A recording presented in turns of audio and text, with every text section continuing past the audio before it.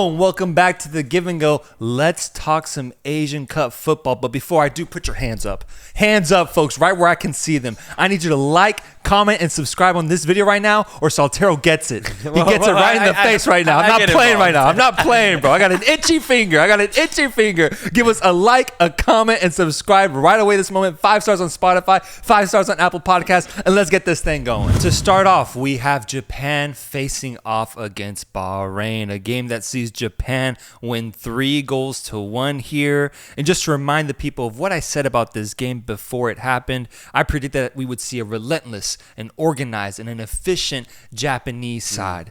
The one thing I did not predict and the one thing I forgot to pay up was the Suzuki tax. And you got to pay that every single game in this term for Japan. And the thing is, you never know how much it's going to truly cost. Is it going to be 1 goal? Is it going to be 2 goals? Is it going to be 3? Well, in this match, it was 1, and it sees Bahrain get 1 goal on the board with the 3-1 result to finish it off. Japan goes through, but still, once again, a crazy foreshadowing of what might come to be detrimental for this Japanese side. At this point, I am begging Moriyasu to just put in another goalkeeper so I can stop criticizing Suzuki, dude. I'm low-key starting to feel bad now, but that's the thing, dude. It's not even our fault because, once again, he has a weird blunder where he just hesitates on a cross, does not deal with it well, and it ends up leading to a goal conceded for Japan. And it's just not good. It's just not good. And the fact that it's happened 3 times already and the hesitancy has been present in every single game so far, it's just not going to bode well. And my only thing I can say for Moriyasu is that he's just like, he's 21 years old. He's going to make mistakes. This is the time to do it instead of a World Cup. That's the only thing you could say to me. But still, it is frustrating to see just because, you know, if you want Japan to win this, you don't want a blunder to be the reason why you don't lift the trophy. Overall, I was very pleased with what I saw offensively. You had amazing shots from outside the box. You had some really good, quick 1-2 touch play. And for the most part, Bahrain couldn't do much in this match. And if anything, that blunder from Suzuki kind of represents what Bahrain needed to get on the board here, because offensively, this Bahrain team just doesn't have much. Yeah, we had been waiting for Japan to fully arrive at this tournament. I think after this performance, as you just beautifully put, this was the most complete performance from Japan throughout this entire tournament. The first 5 minutes actually started pretty chaotically with Bahrain kind of attacking Japan, but after that, Japan started to slowly squeeze the life out of this Bahraini midfield, and that's what I was really hoping to see. We know Japan can go forward. They'd been sloppy in previous games, but I just wanted to see more vigor, way more activity in that midfield, and we definitely saw that in this match because for the next 60, 70 minutes, Japan held on to the ball, and when Bahrain did get it, Japan did not allow them to go past the halfway mark, man. Japan were relentless in their ball retrieval. And when they did get the ball back, which was very immediate, they were very patient, switching the ball back and forth, finding those pockets of space.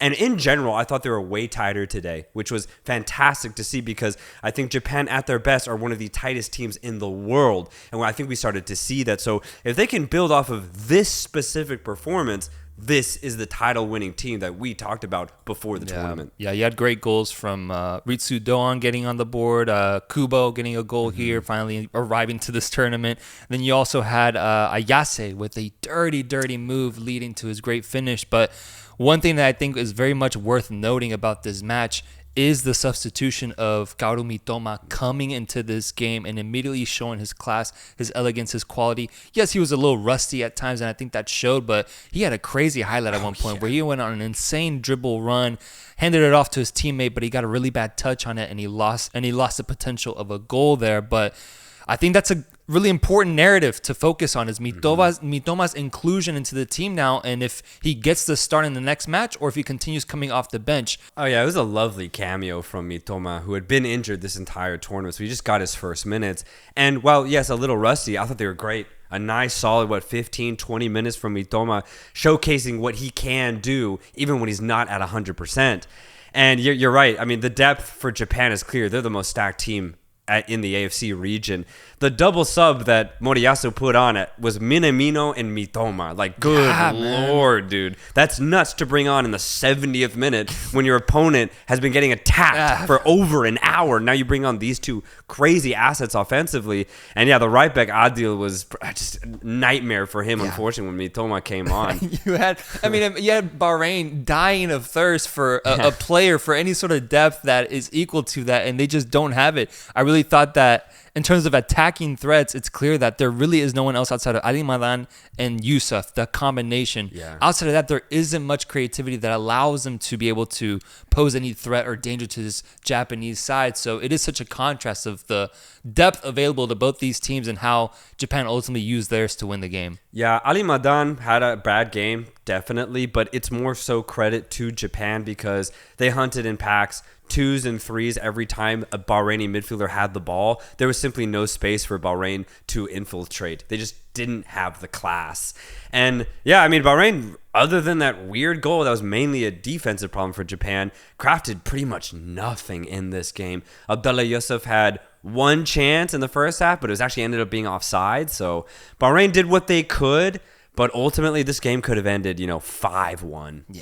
Yeah, and I completely agree. And so that's why I made sure to kind of highlight the main thing for me is one, Mitoma, and then also Suzuki, because Suzuki to me represents almost like like when you watch a movie and like a character forgets to like lock a door early in the movie, and you're like, that might come back to bite him, and then the killer comes in the house through that navigation system or whatever.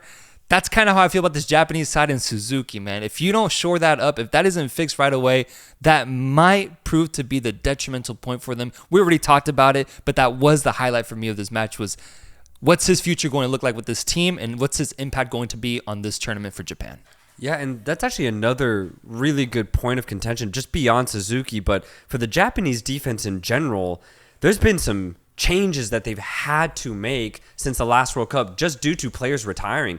Yuto Nagatomo has been a legend at left back for Japan over the last decade, and he's no longer playing anymore. So now you have to fill out that left back position. And then Mayo Yoshida, another legend, veteran of the game, who had captained Japan for years and was instrumental to Japan's defense for over a decade, also now gone. So you add in the fact that they have to find a new goalkeeper, a new left back, a new center back. That's a lot of changes in the back line for Japan. So they're having to do that all right now at this AFC Asian Cup. And I think we've already seen that the back line isn't as formidable as it was, let's say, over the last 2 years. But where they obviously do excel is the teamwork, the chemistry that they have in the midfield and in the offensive line. So I think the questions defensively, Japan definitely need to be answered. This is the tournament to see how far along they are defensively. And so far, a little shaky in certain areas. Yeah, they've conceded in every single game, no? Yeah. Every single one, man. Wow. Match ratings where we rate the quality of the game, the entertainment, the goals, and everything that encompasses a match. I'm going to give this one a 6.6 just because of low competitive level, and it was nice to see those Japanese goals, but there wasn't much else to it. Yeah, literally the exact same words, man. For me, 6.5 here. Okay. All right. And finally, the last round of 16 match that we have here going into the quarterfinals was between Iran versus Syria, a game that goes the full 90 all the way to extra time and even into penalties, eventually seeing Iran defeat Syria. What were your thoughts on this match?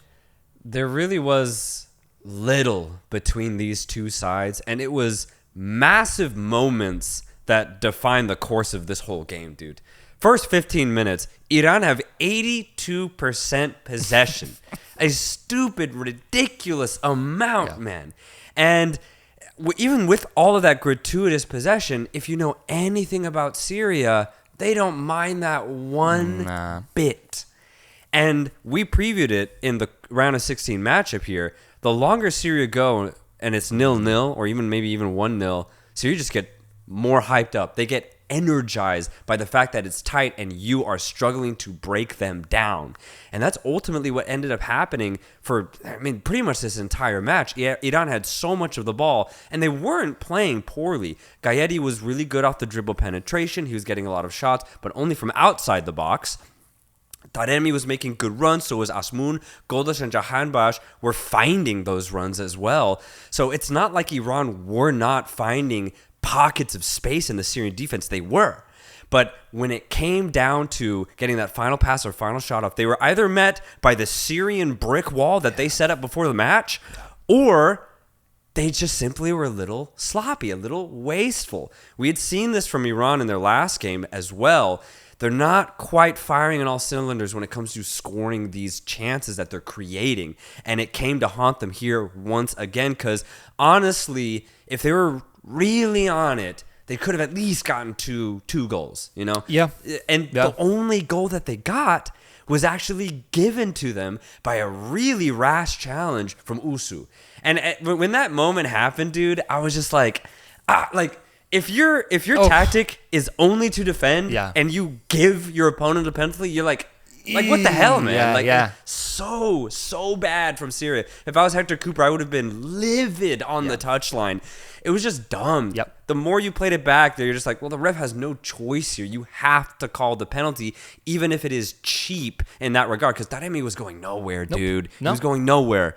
But yeah, you don't get the penalty. They go up 1-0. And going into halftime, I honestly thought that in the second half, Iran would just get more of the ball, get a bigger stronghold on the game, and score 2, maybe even 3 more goals. But it's actually not what happened. Well, I think we need to be a little fair or a little realistic here because I think it did end up coming to like fine margins, bro. A game of inches because before Syria was able to tie the match, Iran had 2 goal line clearances from Syria where the ball was already past the keeper and there was a Syrian defender on the line to save it. One was Weiss off of a corner kick, which was an amazing header save. And the second one was off of Asmun shooting it. Keeper saves it, goes under his hands. Asmun's wide open once again, and then there's a defender right there to block off that narrow angle that he had. I thought those were 2 pivotal moments because normally Iran would finish those, and yes, it's on them for not doing so, but it really came down to last-ditch defending there, literally inches. If the ball just goes slightly elsewhere, that's probably a goal, and Iran's up 2-0, and I don't see Syria coming back from it. So I do want to be fair in that sense, but obviously that still is, for as crazy as it sounds, Syria's game plan. Exactly. Is to have those on-the-line saves to keep themselves in these matches. And God damn it, they did it, bro. I know. They did it. I couldn't believe it. I really couldn't. Because going into the second half, they actually came out with more energy. And I was like, oh, okay. Well, Syria's at least going to fight to the death here. Even if it ends up being 1-0 still to Iran. But then obviously a huge moment in the second half. Hector Cooper bringing on Pablo Sabag, the Colombian Syrian. Great impact off the bench and immediately draws a penalty. Clear cut. Beiravan overcommits, fouls him in the process. No question. And the legend, Omar Kurbin, steps up and expertly puts it home. It's 1-1, and dude, I couldn't believe it. I was like, no way. They did it. Yep. You know, the only way I saw Syria scoring was off of a set piece or a dead ball situation, and that is exactly what happened here. It's 1-1, and I'm like, you know what? Even though Iran should be up more, this could go into extra time simply off of 1-1 because this is what Syria do. Yeah, and then the crazy thing is that they continued that momentum. They continued pressing Iran in the old Syrian way, not in a traditional pressing sense, such as like they're attacking them and they're going for goal nonstop. Right. Instead, they lure Iran into getting a red card. More specifically, Taremi draws a red card and he's out of the game at the 90th minute. A crazy, yet another, as you mentioned, pivotal, huge moment. And Syria is up a full man with extra time looming. This is literally their dream scenario right here. 1-1 tied, up a man. Yeah. When that happened, as soon as that red card happened, even though there was 10 more minutes and 30 minutes coming, I was like, this is going to penalties. Syria don't have the offense to get another goal, even if they're up a man. They did not. And Iran need 11 men. They were struggling out there, but again, credit to the Syrian defense because that's why they were struggling. There's no way there's going to be another goal in this match, and that's pretty much what happened. The game didn't really open that much more up in extra time. There was nothing. There was nothing, bro. So after that moment, it was penalties for sure, and that's exactly what ended up happening. Exactly what they wanted. It's just crazy. They got it. But finally, what I think to be the Iranian quality showcased itself in terms of comparing that to Syria's, because they had 5 perfect penalties, man. 5 perfect penalties that were unstoppable. Syria misses 1, and then from there they're chasing the match, and ultimately we see Iran get out of this game. They survive against Syria, a game that we knew would be tight, a game that we knew would be very competitive and defensive. But good Lord, it took everything from Iran to get past this game. And you even saw Taremi crying on the sidelines, just knowing that he could be at fault for this golden generation getting knocked out of this tournament. Yeah, that was crazy. And when he got the second yellow card, he knew it. As soon as he fouled, I believe it was Ali Dali, he just lied on the ground for like 2 minutes. He was like, I messed up here. And you could see that emotion on the touchline when they were going for penalties. Luckily, that quality, as you said, definitely pulled through here. But my God, man, I seriously can't believe Syria pulled it off. Because they did. Basically, they did. No, if you think about it, Syria only lost one game at this tournament. Good that game Lord. against Australia. Yeah. They drew or won the other games. Yeah. They didn't lose here. They just got beaten on penalties. Yeah. Pretty crazy.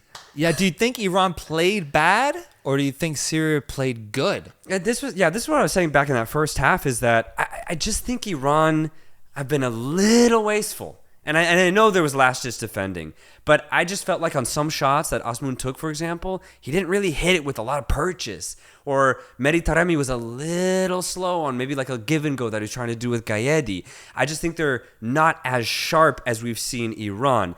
And it was the same criticism I gave Japan in the group stage, but they fixed that, I think, in this game against Bahrain. But for Iran, I just think they can reach a more fluid self. And that was not them in this game. Yeah, I agree. I think ultimately Iran played more bad than Syria played good here. Yeah. And that's why we saw this result. But credit to Syria, man. What a tournament at the end of the day. They got the most juice out of this orange as possible, bro. Yeah. They did everything in their power to stay in these matches, and it almost saw them make a appearance in the quarterfinals of this tournament. Yeah, and to comment on this Syria team just one last time, since they are now exiting the tournament, Hector Cooper, dude, has done an incredible job with this team. I cannot believe how well drilled and disciplined this squad is, and they seem to really understand and be committed to Hector Cooper's tactics. I don't know Cooper's managerial career before like 2010. I know he's been coaching for like 40 years or something. He's like in his 70s, dude. I've seen him coach at DR Congo, Egypt, Uzbekistan, and now Syria. I've never seen him more fired up on the sidelines than he has been with Syria, dude. Wow. He's like found a renaissance period late into his 70s, and it's beautiful to see because it's just crazy. And I love it because you can see that energy is also emitted to the Syrian players themselves. So I hope he stays for Syria for this next World Cup cycle, because even though I don't like the way they play offense, I love the way that they defend in the midfield and at the back. I really do.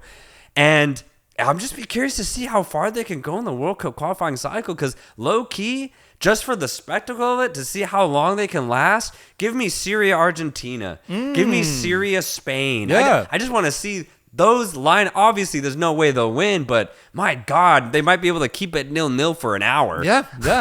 I could see it happening, man. I don't see why not. There's some teams to watch now that we've come to know them in this tournament. Thailand, Syria, Iraq. How do these teams play in terms of World Cup qualifying? Yeah. It heightens the expectation for those matches. But I think both Hector Cooper and Juan Antonio Pizzi with Bahrain, they both should go out of this tournament with their heads held up high, going out against essentially title contenders in both Japan and Iran. True. And putting, I think, overall good matches on display, at least doing the most that they could in their power. So making it to round 16, Asian Cup, a very good accomplishment.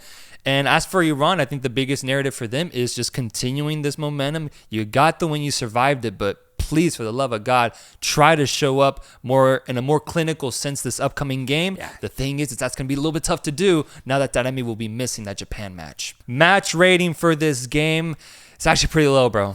It's actually pretty low because this was low-key one of the biggest, toughest watches out there for this Asian Cup. For me. Yeah. Bro, 120 minutes of a lot of stale football and some strong peaks, but that was it, man. That really was it. I'm going to give it just a 6. Yeah, I'm going to give it a 6.3 simply because of Syria's defense.